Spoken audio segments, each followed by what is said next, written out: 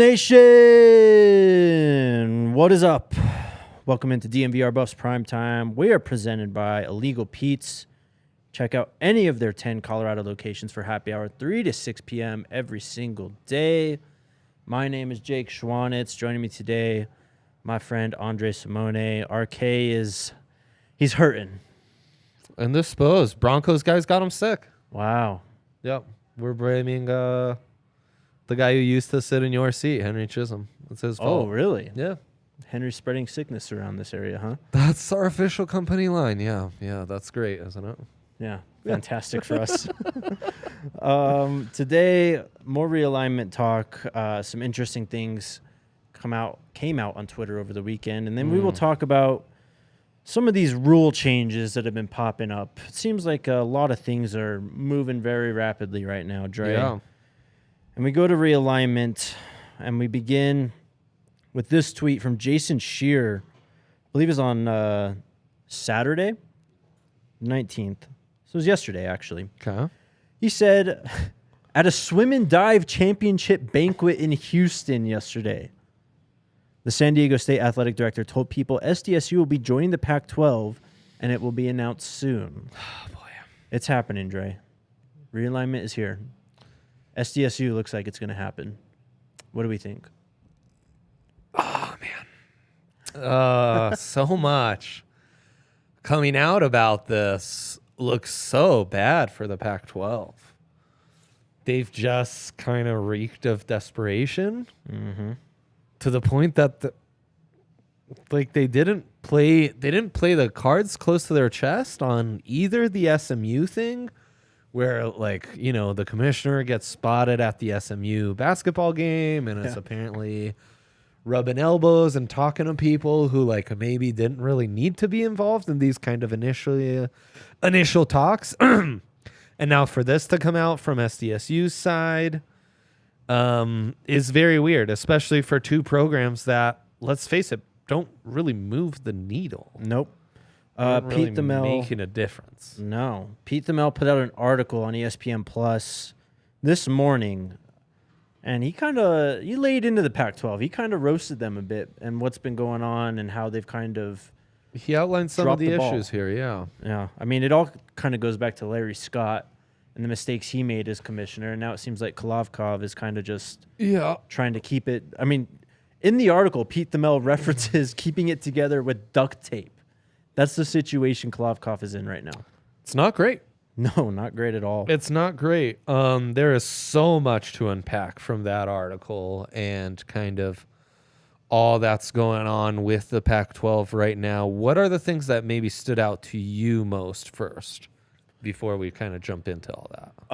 Well, I mean, we all know this, but the Big Ten and the SEC are they have control of this whole situation. Calling them the Power Two. The Power Two. Outlining how schools will, on average, SEC and Big Ten schools will be making at least $30 million more than their other Power Five, rival schools. Multiple times reference schools like Colorado and some of the rest of the Pac-12 South being schools that have options. Yep. The corner schools. A lot of this article, my main takeaway was just that Pete Thamel was saying the Pac-12 should really kind of hone in their focus on Oregon and Washington. Of course, trying to keep them, but trying to keep them happy, because it feels like right now they've got one leg in, one leg out. They're trying to figure out, can we make it work in the Pac-12 while at the same time, well, how the hell do we get out of here? Yeah. And we can't get out of here quick enough, too. Yeah, and I mean, while it's easy to point at the finger at Larry Scott, the former Pac-12 commissioner who kind of opened the door with this big new TV deal, it turned out to be far too long. Turned out to be that the Pac-12 network was a bad gamble. Turned out that not partnering the Pac-12 network with maybe more prominent media and cable partners and treating USC and UCLA was a big mistake with more money. But that was a big mistake. Yep. Not courting USC and UCLA more. Well, it mentioned Kolovkov kind of picked the ball up and kind of made the same mistake of not courting UCLA and USC.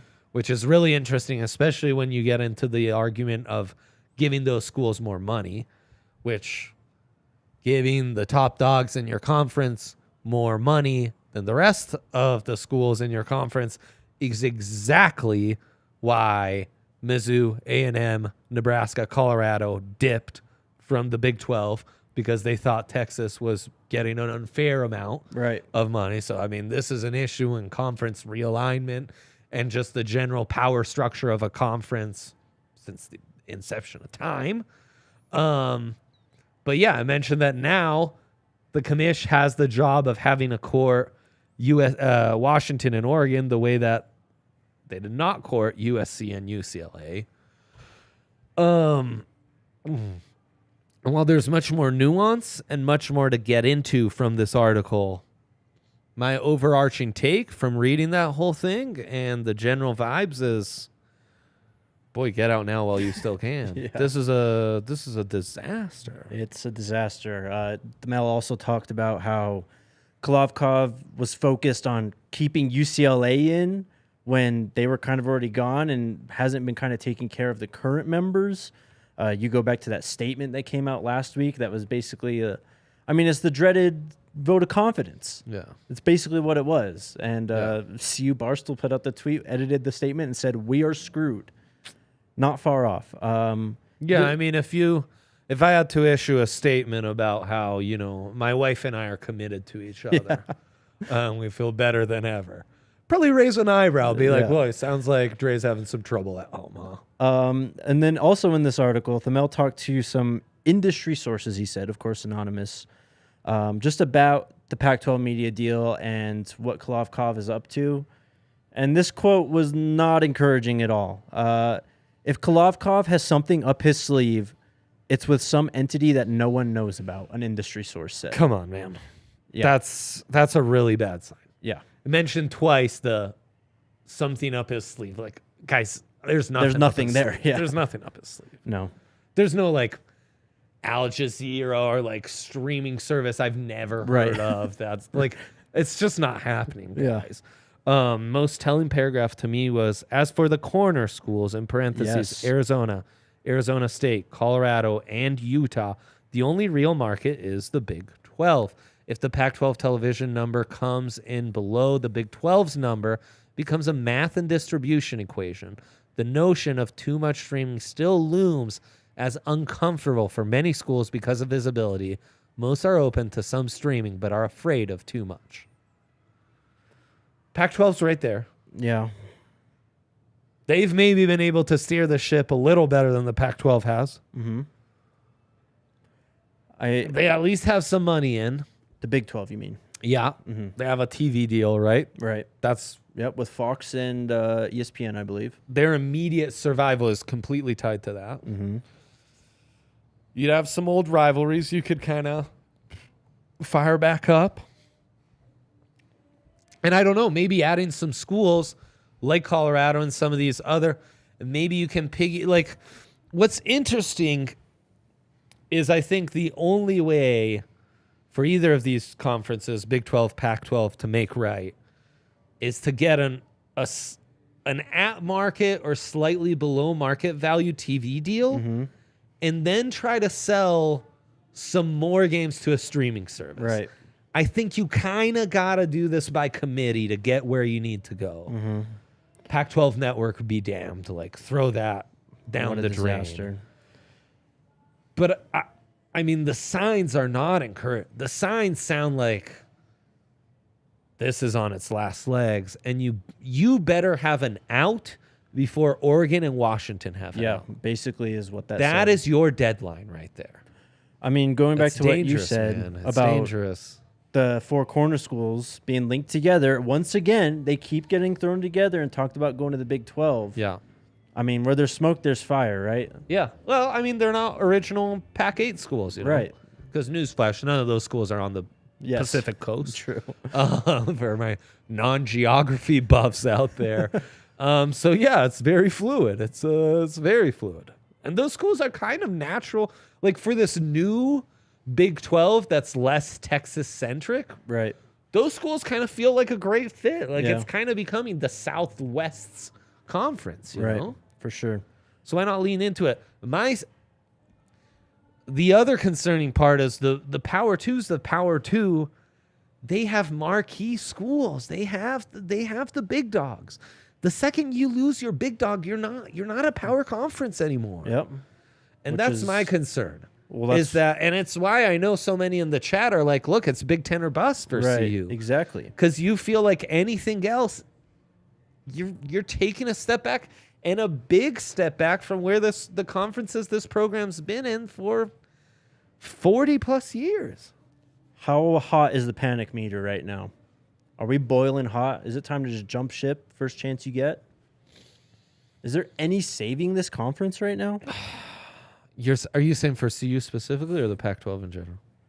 I guess for CU specifically, but I mean, I think we all know CU is going to be relatively fine in this now that Coach Prime's on board. But still, that's kind of like I mean, we don't know how long he'll be here. It's kind of like a short-term bargaining chip. And I mean, that's the other thing about this Oregon-Washington thing is right now you're desired. Right now there are other power conferences scrambling, trying to find a fit, trying to find other schools to fit in. If those spots start to get filled up by other schools, you could very easily be left kind of alone at the altar, you know? One of the things in this Pete Thamel article that I thought was interesting, though, is when he talked about the Big Ten, talked about like Amazon potentially, basically Amazon signing a deal with the Big Ten that would make it easier for Pac-12 schools to join, because if the Pac-12 is able to get an Amazon deal also, I mean, same distributor, of course. Anyways, the point I wanted to get to was bad, bro. Big Ten Commissioner Kevin Warren accepted the job, I think, with the Chicago Bears, right? Yeah. So he's not or out of office until April. Okay. Kind of makes sense why the Big Ten would not want to expand when their commissioner is on the way out. He's got 2 months left. I mean, that's a big thing to kind of just like pass on to a new commissioner. Go, hey, this is what Kevin Warren was working on, getting Oregon and Washington and Colorado and Utah in this conference. These are such backroom conversations. Yes, exactly. Because, you know, all this work is happening in silence. It's happening in the dark. Because the second it's announced, you've just revolutionized the world for 10 more schools. Yep. So you have to have your ducks in a row. You have to get it all down, and then boom, you like strike by night. Tyler says, I'd be scared It's to be tough. Stanford or Cal. But interestingly enough, in that article from Pete Thamel, they were talking about Stanford and Cal being the teams that the Big Ten would rather have than the Oregons and the Washingtons of the conference. Yeah, Because of the geographic footprint. and it seemed like maybe some Notre Dame vibes too. And that's Yeah. what he said is Stanford would probably have a much easier time getting into the Big Ten if they are able to get Notre Dame. But as Thamel said, Notre Dame is obviously not going to get bullied into joining a conference anytime soon. No, they, unlike schools like Colorado, have zero pressure right now. Yep. Until that NBC money starts to become like significantly less than what, you know, Big Ten and SEC schools are making, that they have zero incentive to move or do anything. That's really interesting. And I do think, you know, we need to not neglect the fact that SMU, San Diego State, those schools are being sought after because of TV markets. Well, that's Right. Cal and Stanford is the Bay Area. Right. And pretty rich alumni bases. Right. For Pretty sure. wealthy alumni bases. We didn't even get into the ACC and how they play into all this because that's a major wrench in the What whole a thing, too. joke that conference I is. mean, that deal runs through 2036. We're 13 years away. Yeah. What a disaster. What a disaster. Didn't learn their lesson from Larry Scott that 5 years from now, the money those schools will be making will be nothing compared to what even the Big 12 schools are making, you know, Right. or what have you.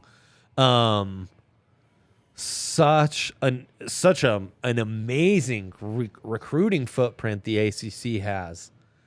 That TV market a little more ho-hum, though. And the ACC has to take into account basketball, which all of these conversations need to kind of take into account basketball. But like the ACC really has to take into it. Like, Right. that's just part of their footprint, part of their tradition. I don't know, man. I don't know either. And that's a school that does have some top, like, if you're talking top dog to, like, you know, claw your way back into the Power 2, that's where the top dogs are available. Yep. You know, get me a Miami, get me a Florida State, get me a, Clemson. I mean, North Carolina to some extent. Yep.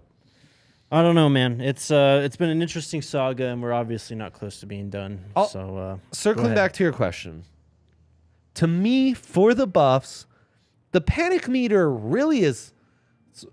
It's moved like a quarter of an inch since we've known UCLA and USC were leaving. Mm-hmm. Like, it really impacts your life pretty minimally since that major news occurred. Well, if anything, the concern meter, I think, has probably gone down because you hired Deion Sanders to be your head coach since. Right. But there's a sense of urgency, and there's a, you better don't let this play out to where other schools are forcing you into a decision.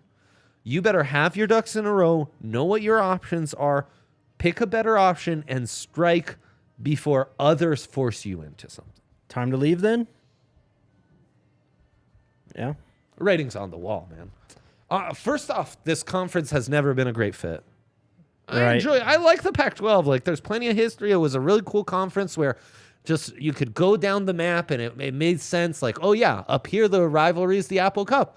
Up here we got the border war in Oregon. Oh, NorCal, we've got the nerds fighting it out. SoCal, you know, and just it was cool. It's built on tradition. Those are really cool schools but doesn't matter. That's lost. It's old stuff. College football is obviously changing at a just expedited rate. Let's talk about the rule changes at this point, because I think those are a bit more pressing. But first, shout out to our friends at Shady Rays. Woo! Shady Rays, an independent sunglasses company who offers a world-class product just as good as any expensive pair I've ever worn. Shady Rays has made me a believer, and exclusively for our listeners, Shady Rays is giving out their best deal of the year. Go to shadyrays.com and use promo code DNVR, or visit them in store at the Park Meadows Mall for 50% off 2 or more pairs polarized sunglasses. Try for yourself the shades rated by over 200,000 people, or 5 stars by over 200,000 people. And then shout out to Boxed and Shanker. Boxed and Shanker wins for Colorado families. You all right there? Yeah, the mic kind of slipped on me. Jeez. Boxed and Shanker. Best part about them is they offer no upfront fees to speak with them about your case, no fees while they work on your case, and no fees unless they win money for you and win your case. They've won over $1 billion for their clients. Boxed and Shanker helps with all kinds of injury cases where you weren't at fault. Car accidents, motorcycle, rideshare, pedestrians, trucks. They can even help if you're injured at work. Call them at 222-2222 and find out if you have a case for free. Boxed and Shanker wins. Have you seen those Bacchus and Shanker billboards on buses drive by? I see them all over the place. Oh, man. Those are hype when you see those go by. Those are our guys. Yep. Bacchus just looks so strong and powerful. Shanker's so smart, you know? Yeah. Like, power duo. Dude, yes. Get those guys to help get you out of the pack. yeah, absolutely. Yeah, real like Sean Lewis, Deion Sanders type combo, you know? Beautiful. On that note. Thank you, yeah. We have some press conferences that we're going to be covering. Thursday, we'll be up in Boulder talking to some of the offensive coaches. Wait, they're just a content machine over there, huh? Yeah, I was told I couldn't tweet this out, but I could say it on the show. So wow, I know. Huh. So we'll be talking to Sean Lewis, Gary Harrell, Brett Bartoloni, Tim Brewster, and Bill O'Boyle on Thursday. Next Thursday, a week from this upcoming Thursday, we'll get to talk to the defensive coaches, Charles Kelly, Andre Hart, Kevin Mathis, Pat Hill, and Nick Williams. So we'll have some content from Boulder coming to you guys. But the shows also may be a tiny bit affected on those days, so just FYI.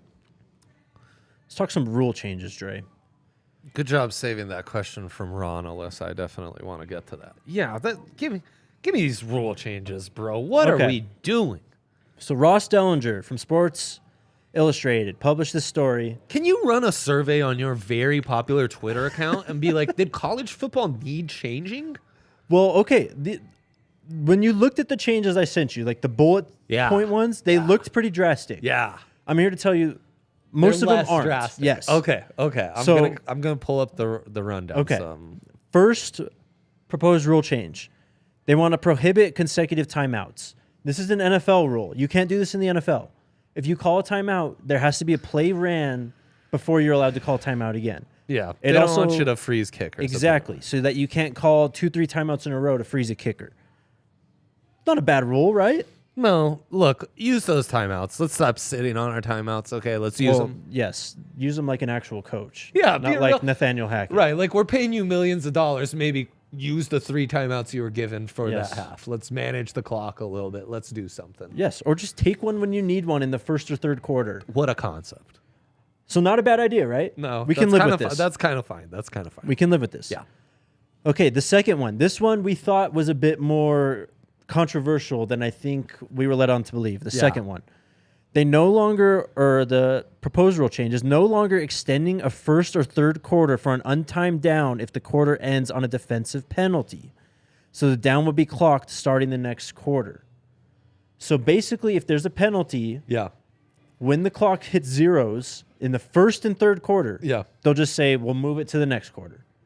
But if it happens at the end of the second or the fourth quarter, they will continue with the untimed down to finish out the half.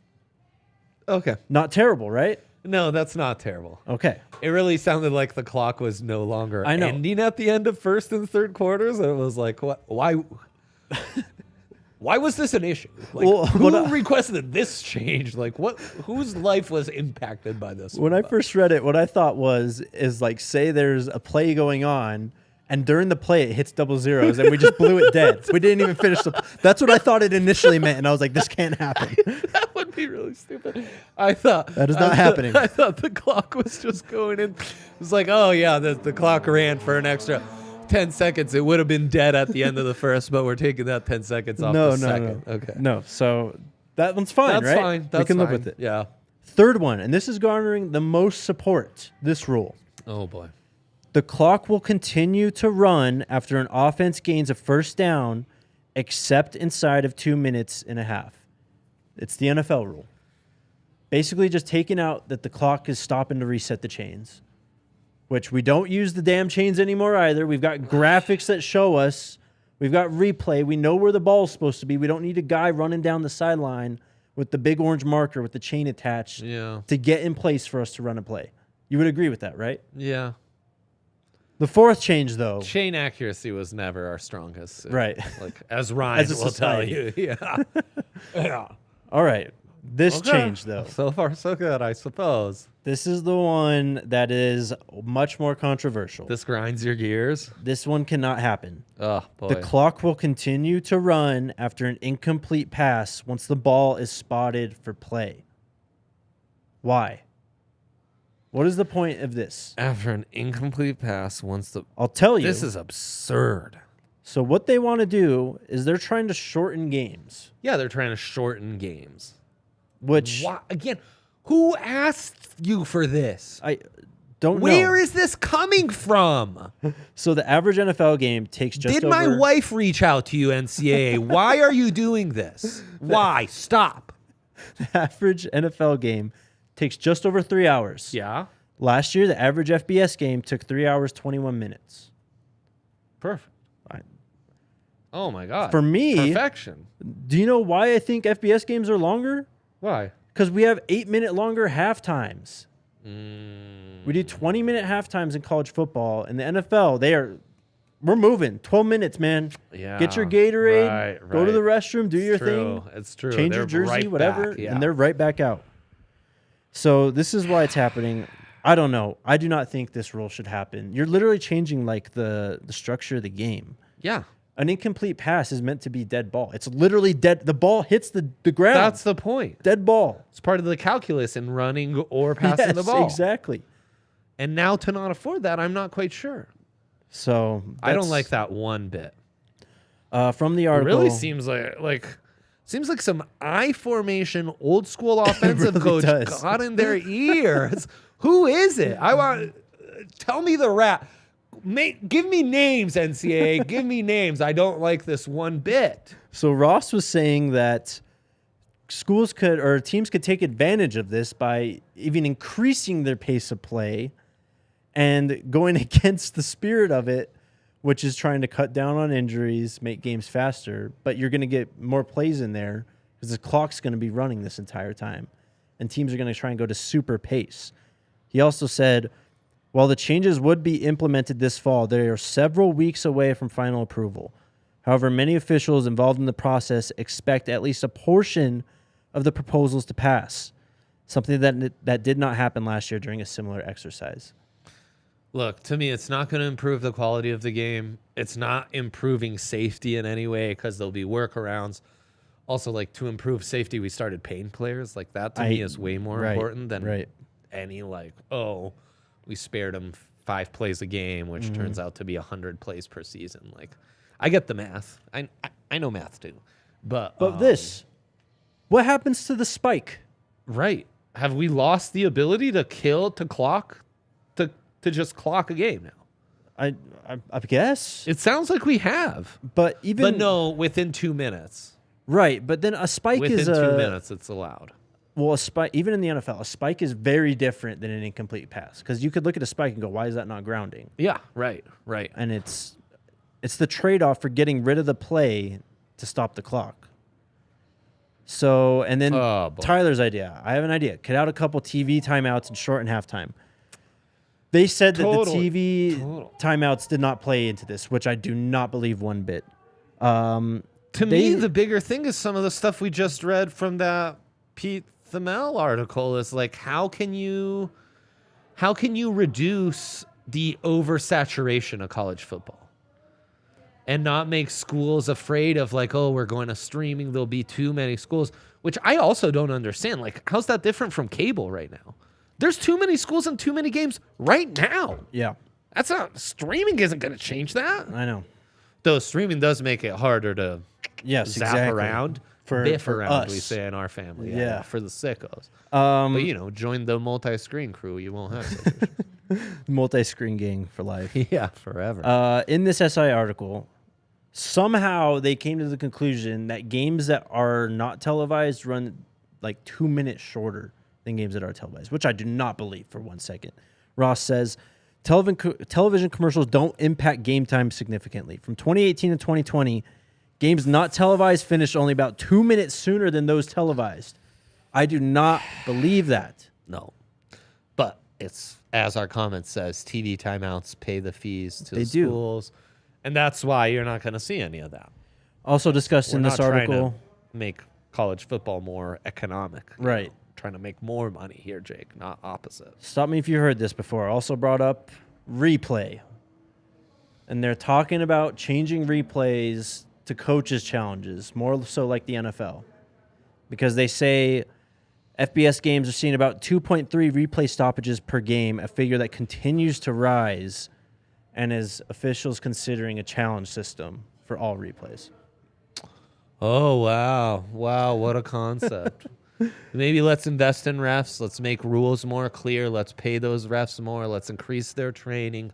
Let's have them get more consultation directly from coaches and players and the tippy-top people in the sport. Don't make it so that now Dabo has an extra reason to bitch out the ref for 2 minutes on the field while he threw a challenge flag.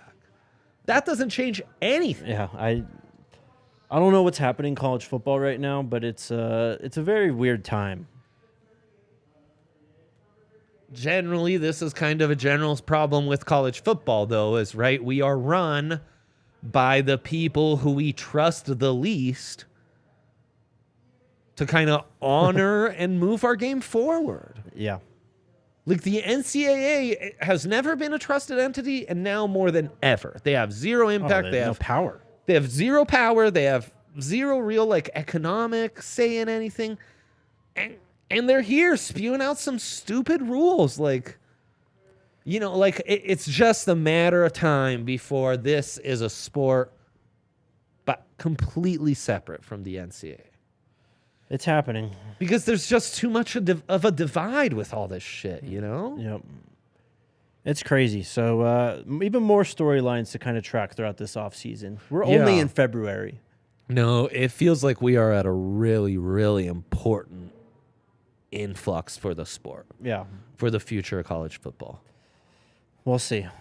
Between, Texas and Oklahoma and USC, UCLA, and the playoff expansion, NIL, and the transfer rules, and all this that's coming down the pipe. Like, sports just going to be completely different in a couple years from what it was a couple years prior. Completely. Let's put a bookmark in it. Before we get to your guys' questions, we're only at 69 likes. Nice, but we can get that a little higher. Come on, hit that like button. Also, guys, if you haven't already, check out our podcast on your favorite podcasting app and hit subscribe. It's honestly the easiest way to help us out. It only takes a few seconds of your time. Search Buffs on Apple Podcasts, DNVR Buffs Podcast on Spotify. We'd appreciate your 5-star review also. Shout out to Breckenridge Brewery. You guys know we love our Breck brews here at DNVR. We got the Avalanche Amber Ales. Oh, yeah. Someone's broken into them. Yeah, I saw that. I don't know who's taking the Amber Ales, but I don't blame them. I'd guess the Avs guys. For sure. They cover the Colorado Avalanche. They almost feel entitled to drink Breckenridge Brewery Avalanche Ale. It's a delicious beer, too. It is delicious. The best Amber Ale on the market, some would say. Boom. There That's you go. a fact right there. You can also get my favorite, the Mountain Beach Sour, Strawberry Sky. Crushed a few Fun Slingers on Friday, too. Hell yeah. Love that. Breckenridge has all the great options. Check out their beer man locator at www.breckbrew.com to find a brew near you. And then shout out to our friends at DraftKings Sportsbook, Dre, an official sports betting partner. Hell yeah. Of the NBA. Did you watch much All-Star or bet on the All-Star game at all? Okay, so I watched 0 of the actual All-Star game, but I was all in on Mac McClung, dog. Were you? Of course, of course. I know my dunkers. I've been watching Mac McClung Ball is Life videos for years. Dunk mixtape highlights from when he was a high schooler. Okay. I knew what was coming and hammered it away on DraftKings Sportsbook. And, great Where'd you time. get it at? It was all in the pluses. Him to win it all was in the plus. Him to get a perfect 50 was in the plus. There to be over 1.5 perfect dunks, with Mac himself just had 3 by himself, was in the plus. It was great. It was great stuff. This is why he's the betting maestro and is on DNVR bets every single day. Right. Download the DraftKings Sportsbook app now. Use code DNVR, and new customers can bet $5 and get $200 in bonus bets instantly. Only at DraftKings Sportsbook, an official sports betting partner of the NBA. Minimum age and eligibility restrictions apply. See show notes for details. And if you have a gambling problem, call 1-800-522-4700. Not Ohio. Yep. Sorry, Ohio. Oh, no. Sorry, Ohio. We got up to 90 likes. We appreciate that. That's great. You guys did the thing. Let's keep on slamming that button. Yeah, keep it. As we move through the show. Yes. Let's get to some questions. Why don't we? Let's do it. Seems like some good ones today. All right. Ones. Is that an L or an I? I can't see. MLN. MLN. What about Vanderbilt booted from SEC and Pac-12 member sneaks in? Man, okay. This is an underrated, I think, aspect of realignment, because I honestly think this is going to happen at some point. I know you're convinced. How though? At what point these conferences are going to be all about football? Vanderbilt, Rutgers. I'm sorry, man.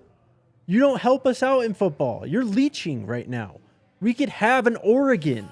We could have a Clemson or someone else bigger than a Vanderbilt or a Rutgers. Don't all those schools like having one Vandy on the conference schedule?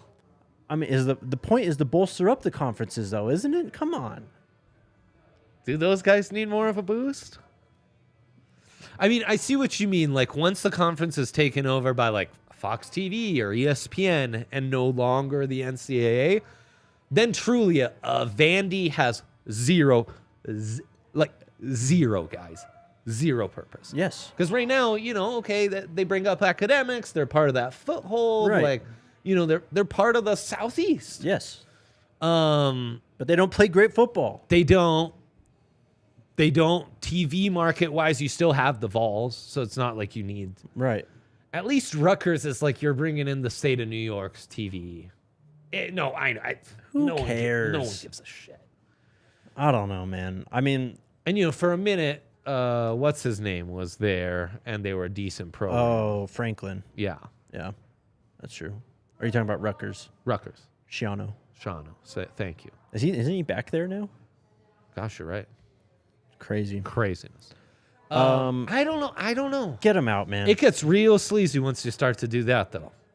Gets real sleazy. Start taking How are out we not members. already sleazy? The Big Ten just stole the damn USC and UCLA. I know.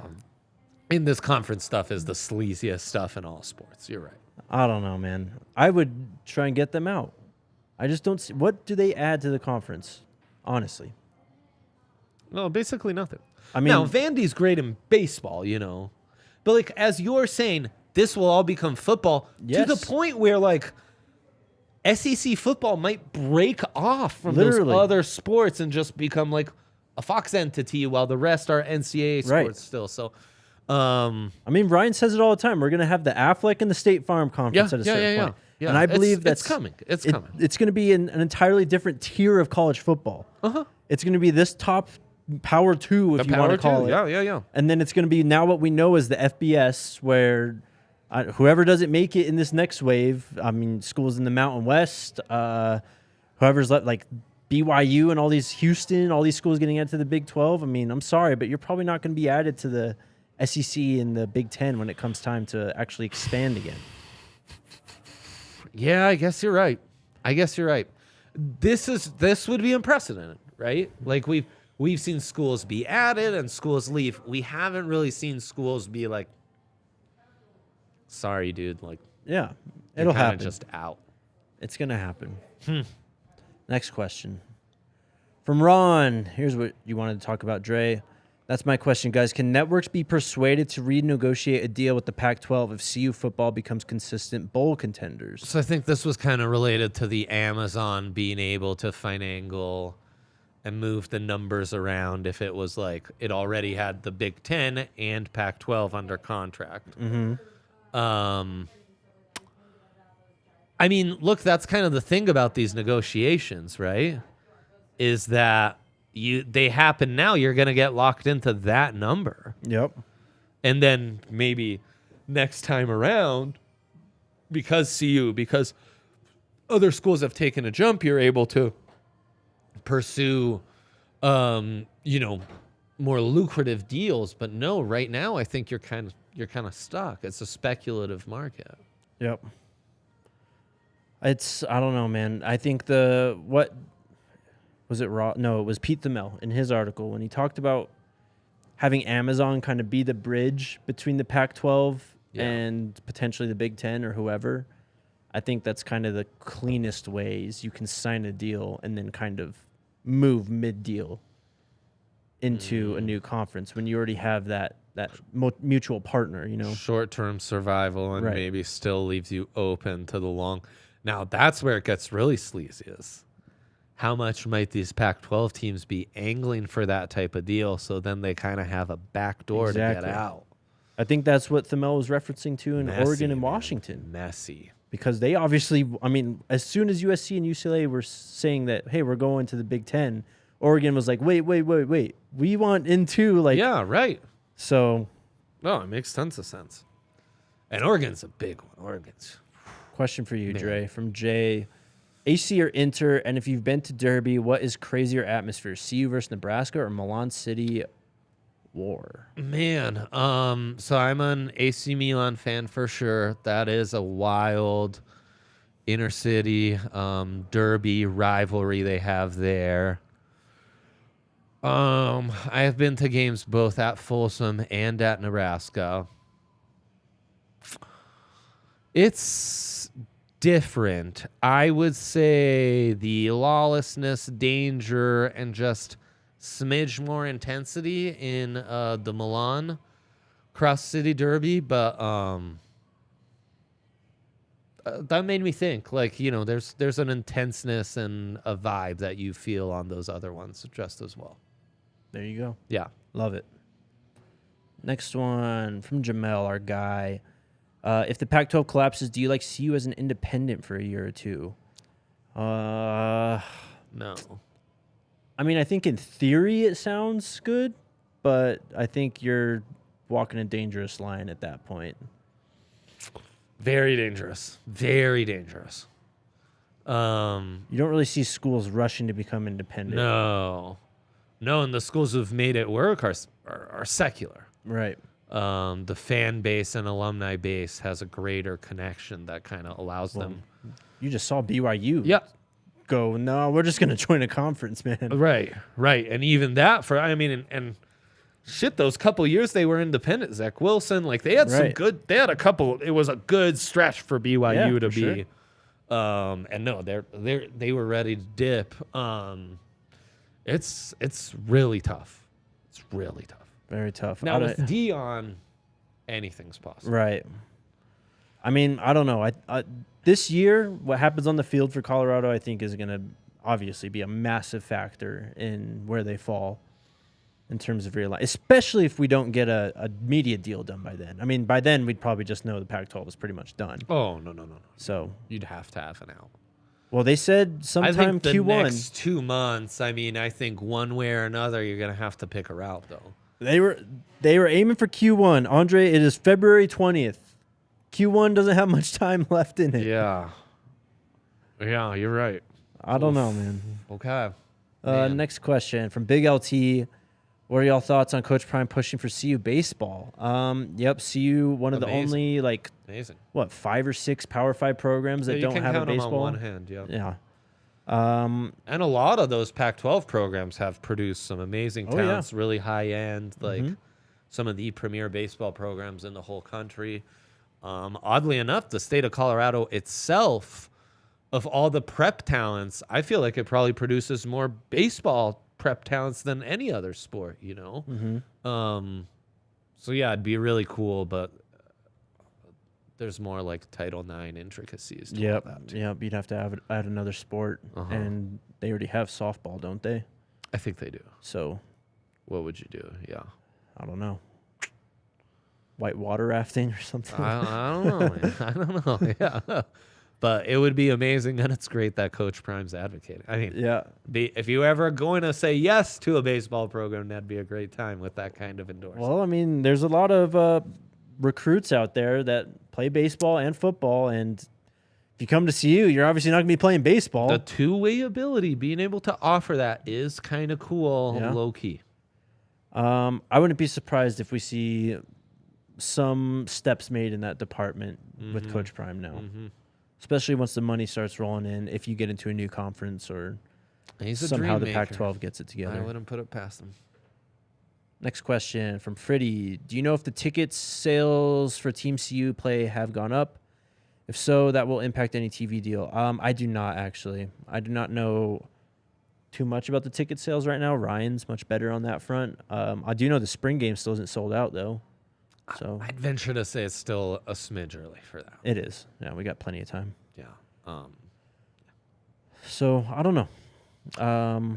We'll find out this year, though. I'm sure TCU wasn't having issues with ticket sales. So right. Things picked up quite nicely. Once they started to get rolling, for sure. Either one of those, Alyssa. From Lawrence. What do you do, or what do you think will be the effect from CU winning the Pac-12 this upcoming football season? I mean, if they win the Pac-12, does that really help the conference as a whole? To have another school kind of like enter that Washington, Oregon, Utah territory and go, look, we've got 4 teams here that can potentially push for playoff spots without USC. Year by year on the field, I don't know that it moves the needle that much.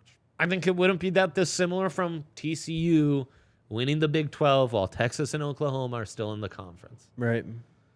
You know, it was great for the Big 12. It's great for TCU. Right. Is it ultimately going to be this, like... Great point, yeah. No, probably not. Yeah.